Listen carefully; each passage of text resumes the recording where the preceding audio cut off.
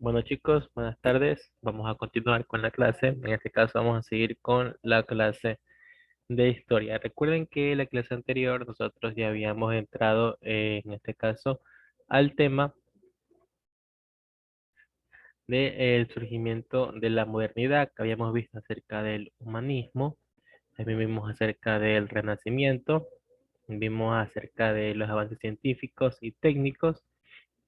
Vimos acerca de personajes históricos como Leonardo da Vinci, Nicolás Copérnico.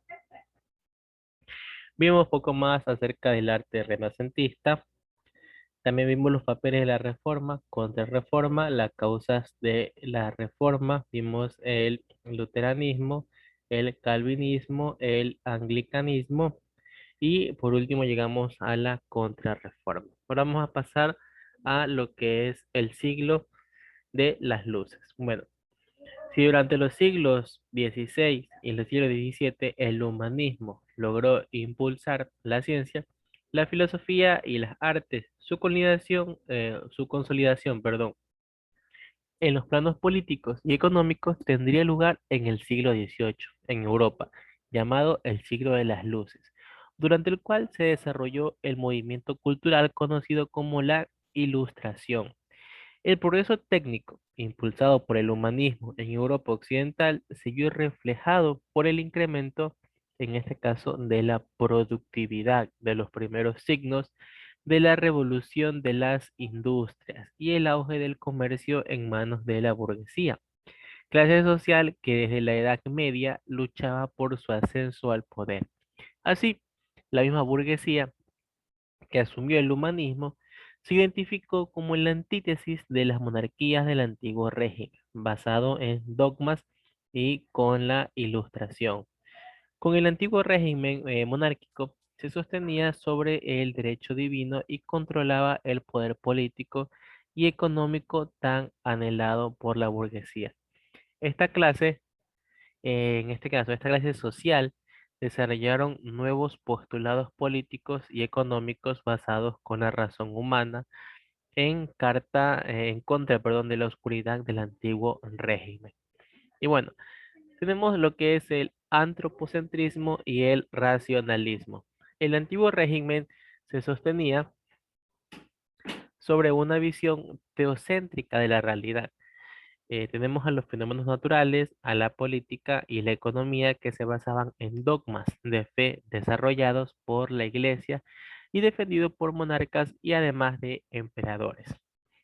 Pretendientemente representantes, como hacían llamarse, representantes de Dios. Y bueno, en otras palabras, el antiguo régimen entendía la realidad con Dios, la religión y los dogmas como el centro.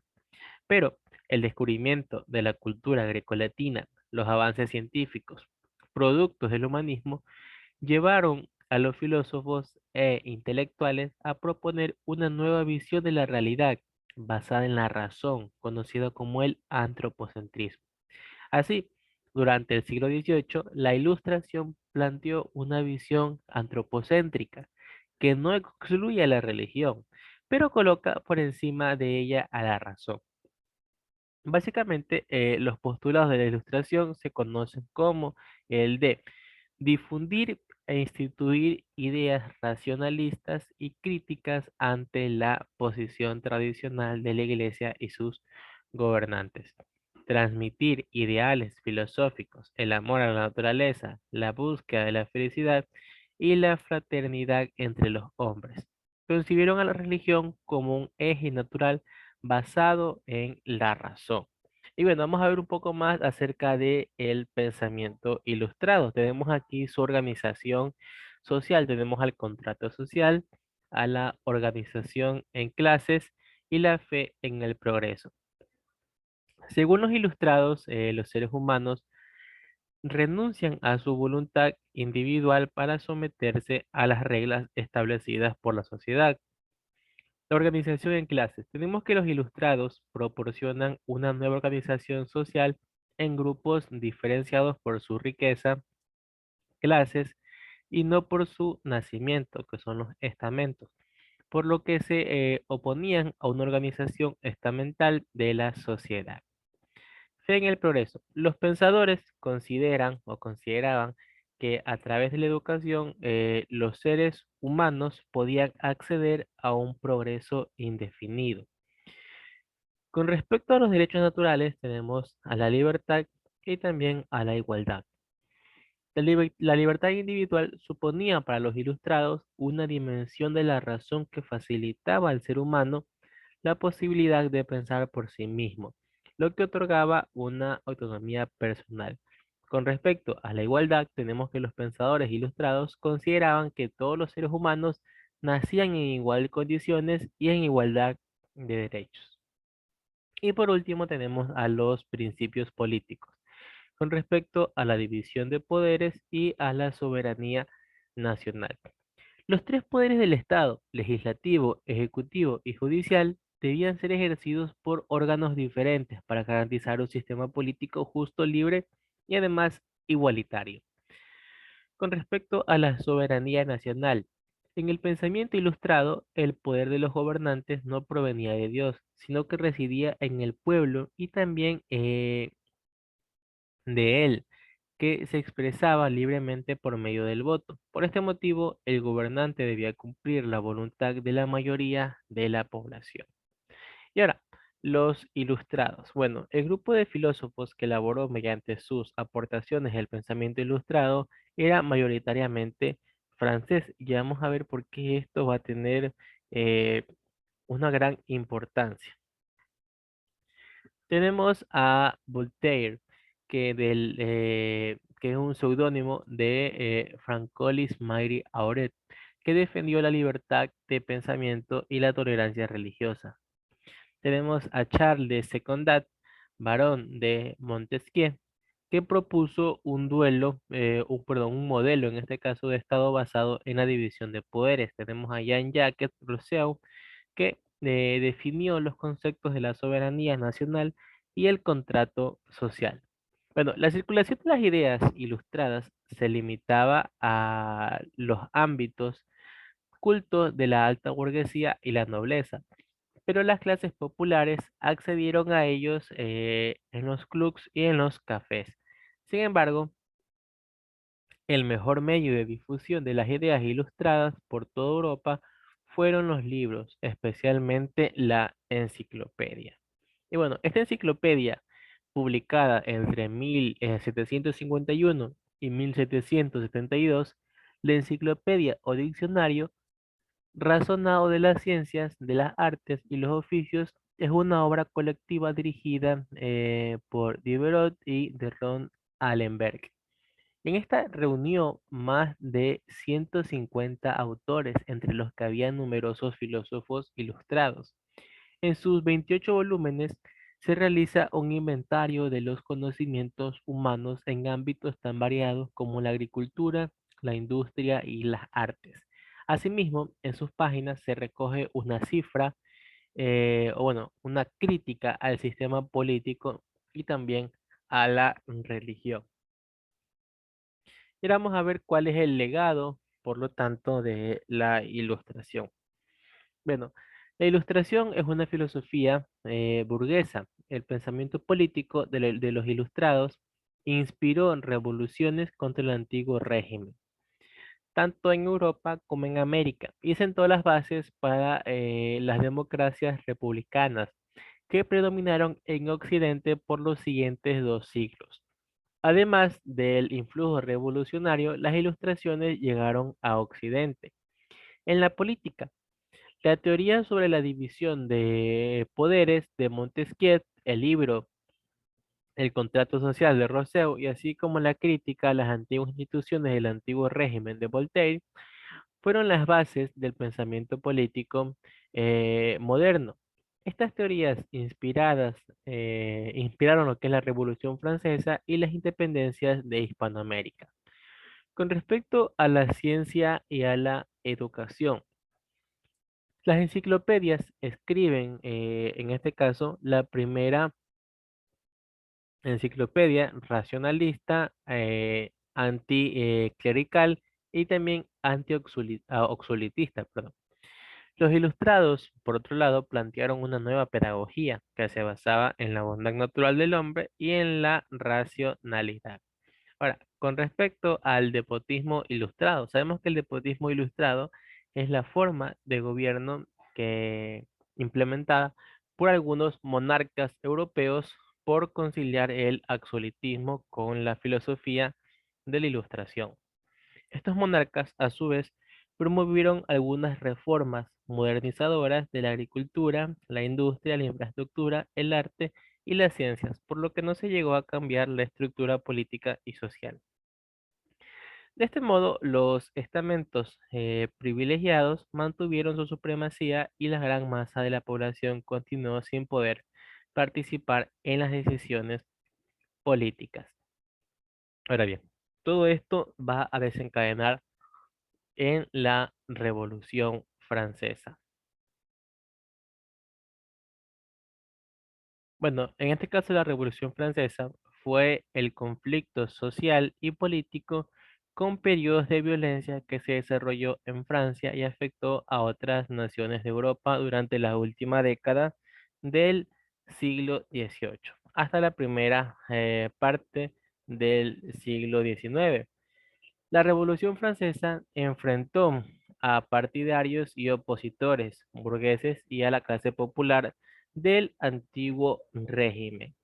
Bueno, ¿cuáles fueron las causas en este caso de la Revolución Francesa?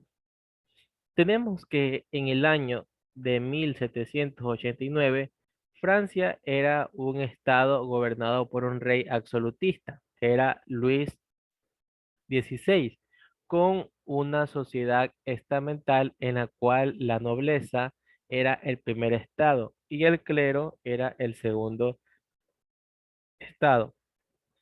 Seguían gozando también de privilegios, a diferencia del tercer estado, formado por la burguesía y las clases populares. En ese contexto, una serie de factores facilitó el inicio de la revolución. ¿Cuáles fueron estos factores? Tenemos una crisis de subsistencia, el descontento de la burguesía, la difusión de las ideas ilustradas y la reforma fiscal. Bueno, con respecto a una crisis de subsistencia, esta es provocada por las malas cosechas y las hambrunas. Las clases populares se empobrecieron y las finanzas de la monarquía quebraron debido a los gastos de la corte y también a las guerras. El descontento de la burguesía, que se había enriquecido a lo largo del siglo XVIII ante un sistema que no le permitía participar en la política del reino. La difusión de las ideas ilustradas, que fueron la base para las demandas, en este caso, de la burguesía. Y la reforma fiscal que nos habla acerca de que intentó llevar a cabo la monarquía para salvar las finanzas del Estado. Estas reformas pretendían que las clases privilegiadas empezaran a pagar impuestos. Ante su negativa, el rey se vio obligado a convocar a los estados generales y hecho en este caso que desencadenó a la revolución. Ahora, con respecto al proceso revolucionario, vemos que los estados generales se inauguraron en mayo de 1789. En ellos se votaba por estamentos, por lo que la nobleza y el clero reunían dos votos contra uno del tercer estado. Este último reclamó el voto personal, un voto por persona. Ante la negativa, sus representantes se declararon en rebeldía y declararon a la vez su propia Asamblea Nacional Constituyente el 20 de junio. Poco después comenzó una revuelta popular en apoyo a la Asamblea. El 14 de julio, antes del temor a las tropas reales, intervinieron, en este caso, los parisinos asaltaron la Bastilla. Con la presión real, las revueltas se extendieron por toda Francia. En el campo tomaron forma de una sublevación antiseñorial conocida como el Gran Medio. Tenemos a la monarquía constitucional. La Revolución Francesa permitió a la burguesía acceder al poder e iniciar cambios en el Estado. La Asamblea abolió los privilegios feudales y proclamó los derechos del hombre, siendo que en 1791 aprobó la Constitución que establecía la separación de poderes y la soberanía nacional. El poder emanaba de la nación y el sufragio censitario, que solo votaban los hombres con un cierto nivel de riqueza. Francia se convirtió en una monarquía constitucional, gobernada por la burguesía moderada de los girondinos hasta el año de 1792. El nuevo régimen moderado tuvo que luchar contra la oposición y la nobleza, el clero y también la propia monarquía. Además, Austria y Prusia iniciaron una guerra contra Francia para frenar la revolución. Y bueno, se tiene también que al inicio de la Revolución Francesa, en Versalles, el 4 de mayo del 789, se celebró la última ceremonia del antiguo régimen, conocida como la Procesión de los Estados Generales. 1.200 diputados de toda Francia se reúnen para esta primera jornada, vestidos de negro y cubiertos con un manto negro y dorado. Los diputados del tercer estado son los más numerosos. Todos llevan un cirio en la mano, salvo los portadores de los estamentos y los centeros del rey. El rey lleva un traje y un manto dropeado en oro y lo rodean los grandes oficiales de la corona. En su sombrero lleva un regente, que es el diamante más grande de aquel entonces. Bueno, vamos a ver acerca de la Primera República. Un momento. Los girondinos concedieron derechos políticos y libertad económica a la burguesía, pero no al resto de las clases populares, lo que generó un creciente descontento. Y esto sumado a la guerra produjo un nuevo estallido revolucionario, siendo que en agosto de 1792 el pueblo de París asaltó al Palacio Real de las Tullerías, un sector más radical de los jacobinos, y tomó el poder, además que abolió la monarquía y proclamó la primera república conocida. Ahora tenemos la convención del año 1792 y 1795. La nueva Asamblea, o la Constitución Nacional, redactó una nueva constitución que introducía el sufragio universal masculino, donde podían votar todos los varones. Se promovieron leyes sociales, como el control de los precios y el seguro para los pobres, y se formó un ejército nacional más profesional y disciplinado para combatir la intervención de las monarquías extranjeras. Con respecto a los sans-culottes eran un grupo sociopolítico integrado por las clases populares, que eran los artesanos, pequeños comerciantes, trabajadores asalariados, y ellos defendían al republicanismo y a la igualdad económica y social. Además que fueron protagonistas de la revolución y dieron un impulso decisivo a su radicalización a raíz de la revuelta popular de agosto de 1792, que dio paso a una convención nacional. Se llamaban así por llevar, en este caso, pantalones en vez de calzón, conocidos como culottes, típico de las clases acomodadas. También eran característicos con su gorro rojo, que simbolizaba, por otro lado, la libertad. Ahora, el gobierno jacobino dirigido El gobierno jacobino, dirigido por Maximiliano Robespierre, por otro lado, también persiguió a los contrarrevolucionarios. Por ello, creó el Comité de Salud Pública, que instituyó tribunales revolucionarios que castigaban con prisión a muerte a los sospechosos de actuar contra la revolución. Y se inició así la época del terror que desencadenó en una dictadura. El terror, en este caso, como hemos mencionado, durante la convención del Comité de Salud Pública condenó a la guillotina a los sospechosos de ser contrarrevolucionarios. Por ello, las sentencias eran inapelables y se ejecutaban al momento. La guillotina funcionaba a diario y desde el verano de 1793 hasta el otoño de 1794 fueron ejecutadas entre unas 16.000 a 17.000 personas. Entre los guillotinados estuvieron el rey Luis XVI, su mujer María Antonieta, políticos girandinos y miembros de la nobleza y el clero. Tras una reacción de la burguesía moderada, se puso fin al terror. El directorio. Bueno, a finales de 1794, la burguesía conservadora, atemorizada ante los excesos y a la radicalización de los jacobinos, volvió a tomar el control de la revolución y los desbancó del poder. Un año después aprobó otra constitución más moderada y también reinstauró el sufragio censitario, donde el gobierno pasó a manos de un directorio compuesto por 5 miembros. Bueno, continuando en este caso vamos a ver acerca de las consecuencias de la Revolución Francesa. Con la revolución se produjo un cambio coyuntural que influyó en todos los ámbitos de la sociedad francesa y por lo tanto en Europa general.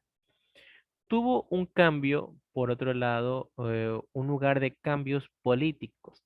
La caída de las monarquías absolutistas europeas que representaban al antiguo régimen y a su sustitución por monarquías parlamentarias o también por repúblicas.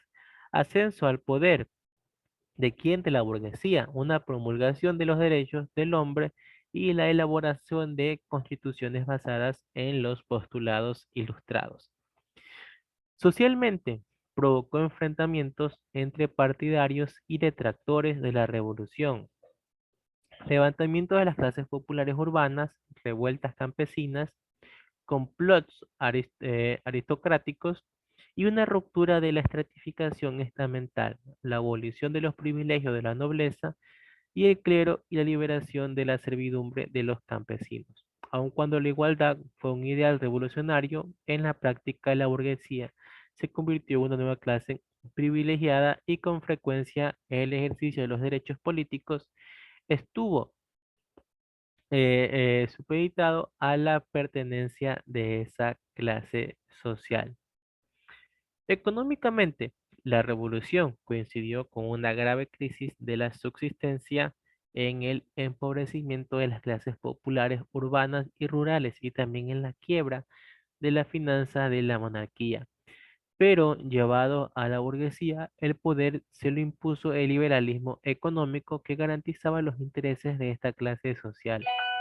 Culturalmente supuso la irrupción de los ámbitos de poder de las ideas ilustradas y también se plasmaron las ansias de libertad de las clases populares que fueron muy activas en el desarrollo de la revolución. Ahora, con respecto a la Declaración de los Derechos del Hombre y del Ciudadano, los hombres han nacido y continúan siendo libres e iguales en cuanto a sus derechos. Por lo tanto, las distinciones civiles solo podrían fundarse en la utilidad pública. La finalidad de todas las asociaciones políticas es la protección de los derechos naturales e imprescriptibles del hombre y estos derechos son libertad y propiedad, seguridad y resistencia a a la opresión. La nación es esencialmente la fuente de toda soberanía. Ningún individuo ni corporación pueden ser revestidos de autoridad alguna que no emane directamente de ella. Ningún hombre, por otro lado, debe ser molestado por sus opiniones ni sus ideas religiosas, siempre al que manifestaran no cause trastornos en el orden público establecido por, en este caso, la ley. Ahora, con respecto a la Revolución Francesa y el hito de la modernidad, más allá de los cambios coyunturales, en la sociedad francesa la revolución significó la consolidación de la práctica de los postulados modernos que configuraron a la política y a la sociedad, primero en Occidente y luego en casi todo el mundo, la mayoría de las cuales siguen vigentes en la actualidad. Políticamente motivó la caída definitiva del absolutismo y en algunos países la monarquía fue derrocada y en otros tuvo que compartir el poder con parlamentos y otras instituciones representativas. ¿De quién? De la voluntad popular. En ese sentido, la revolución sirvió de ejemplo a las naciones hispanoamericanas en su lucha por la independencia y el absolutismo español. El liberalismo se convirtió en la base de un nuevo sistema político. Socialmente, la burguesía pasó a ser la clase social dominante, mientras que la nobleza y el clero perdieron todos sus privilegios. Por otro lado, las clases populares empezaron a tener un papel cada vez mayor en la sociedad y desapareció definitivamente la sociedad estamental. Económicamente, el liberalismo económico y el capitalismo se impusieron, dejando atrás una economía basada en la agricultura. Por otro lado, la iniciativa individual sustituyó al Estado como motor económico. Culturalmente, las ideas de libertad, igualdad y justicia pasaron a formar parte de las demandas y los deseos de la mayoría de la población. Estos ideales penetraron con fuerza en la mentalidad colectiva y se mantuvieron hasta el día de hoy.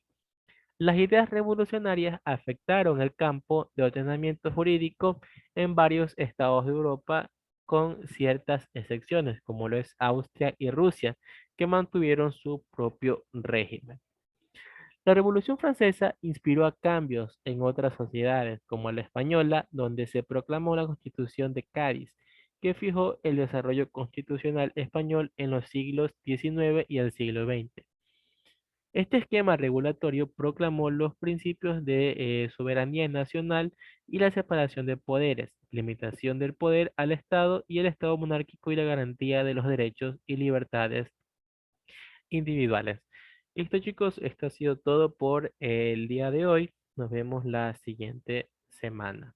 Cuídense.